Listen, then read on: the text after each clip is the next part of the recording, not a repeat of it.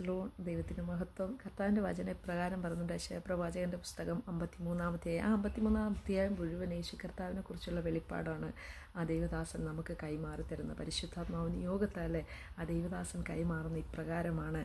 അതിൻ്റെ 10-ാം വാക്യം ഇപ്രകാരം പറയുന്നു: എന്നാൽ അവനെ തകർത്ത് കളയുവാൻ യഹോവയ്ക്ക് ഇഷ്ടം തോന്നി, അവൻ അവനെ കഷ്ടം വരുത്തി. ഹല്ലേലൂയ, സ്തോത്രം.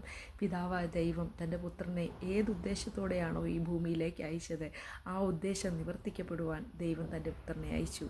ഹല്ലേലൂയ. അവന് കഷ്ടം വരുത്തി. കാൽവരി ക്രൂശിലേക്ക് പോകുമ്പോഴും പുത്രൻ പിതാവിനോട് ചോദിക്കുന്നുണ്ട്: കർത്താവേ, കഴിയുമെങ്കിൽ ഇനി പാനപാത്രമെങ്കിൽ നിന്ന് നീക്കണമേ, എങ്കിലും എൻ്റെ ഇഷ്ടമല്ല പിതാവിൻ്റെ ഇഷ്ടം തന്നെ നടക്കട്ടെ എന്ന് പറയുന്നൊരു പുത്രൻ. ഹല്ലേലൂയ.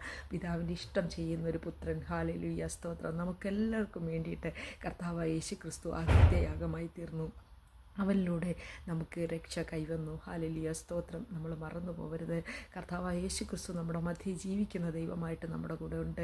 നമ്മൾ തകർന്നു പോകത്തില്ല, നമ്മൾ നശിച്ചു പോകത്തില്ല. ദൈവം നമ്മളെ വിടുവിക്കും. ദൈവത്തിന് ഒരു കാര്യവും അസാധ്യമല്ല.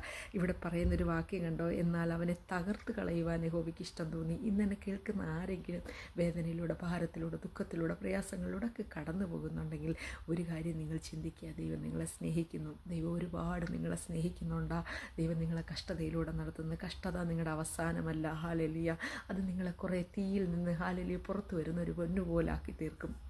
നിങ്ങൾ കൂടുതൽ ഉറപ്പുള്ളവരായി, ശക്തിയുള്ളവരായി, ബലമുള്ളവരായി നിങ്ങൾ പുറത്തു വരുവാനായിട്ട് ഇടയാകും. ഹല്ലേലൂയ. ഇതുവരെ ഇല്ലാത്തൊരു ധൈര്യം നിങ്ങളുടെ ജീവിതത്തിലുണ്ടാകും.